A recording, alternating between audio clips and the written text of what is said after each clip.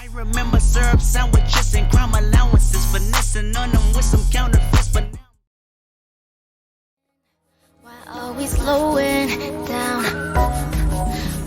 I know a lot of people consider this to be a mixtape, not an album, but it's an discography. I'm gonna count it as an album. So this was his debut. There are a lot of high quality songs on this mixtape, but there are also really good songs that I still listen to weekly and still thoroughly enjoy.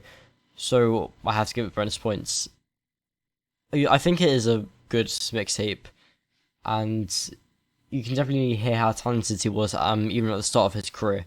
I can't put this mixtape any higher in my ranking though, because it is still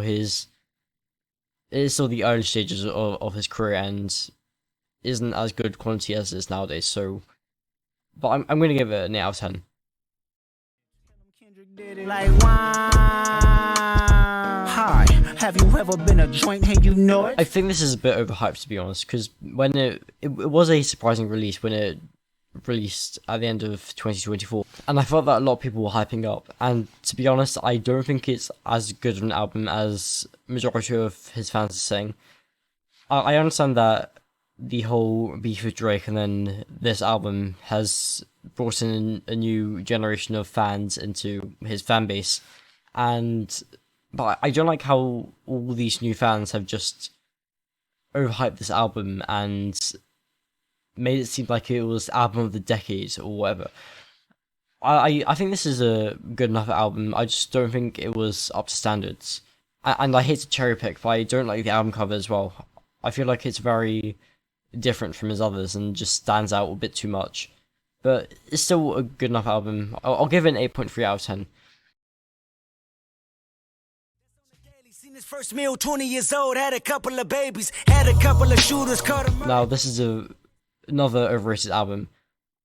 I just think it's slightly better than GNX, and it's like half this album is amazing, and then the other half is just good or mid.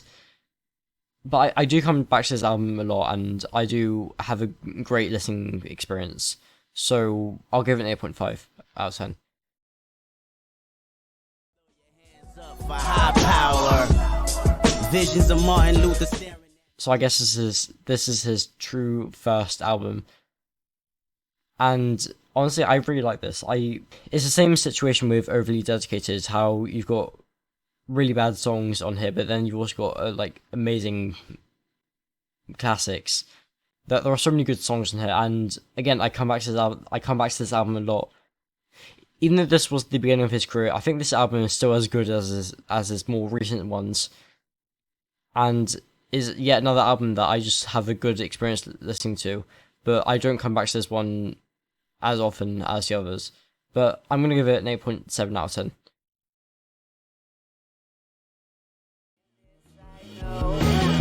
I got 100 on my dash, got 200.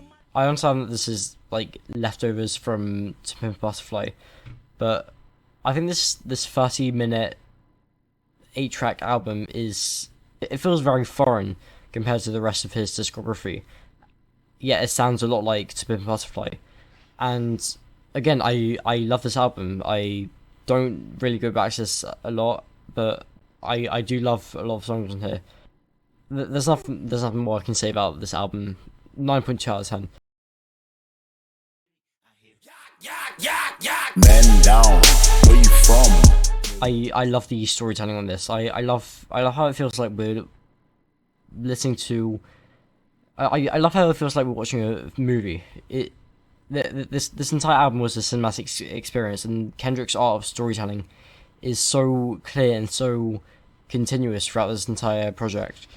All the songs are at least 8 out of 10s, or higher. You've got to Sing About Me Dying First, which is probably my favourite song of all time. I think the production is amazing as well. The features don't miss as well.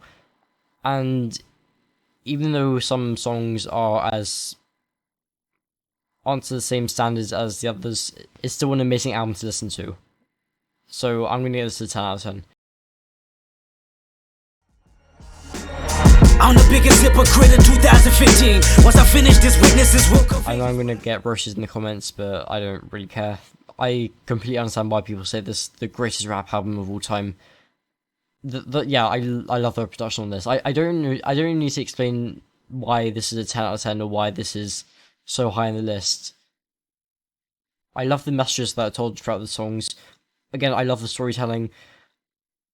I think that 12-minute track, Immortal Man, was amazing. That the whole conversation with Tupac and the entire reveal of the poem at the end. I think Kendrick orchestrated this so well and executed it so perfectly. It's just another 10 out of 10 in his discography.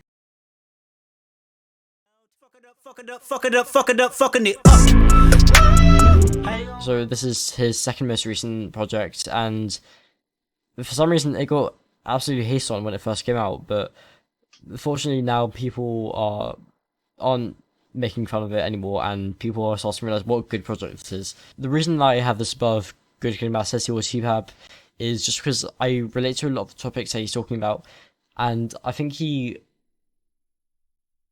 connects with his audience and describes his.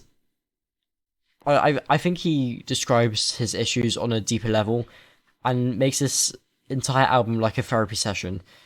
And everything's just so concentrated and makes you feel so emotional and gets you really involved with the project. This entire album is stacked and it's flawless. I regularly visit this album, and for good reason.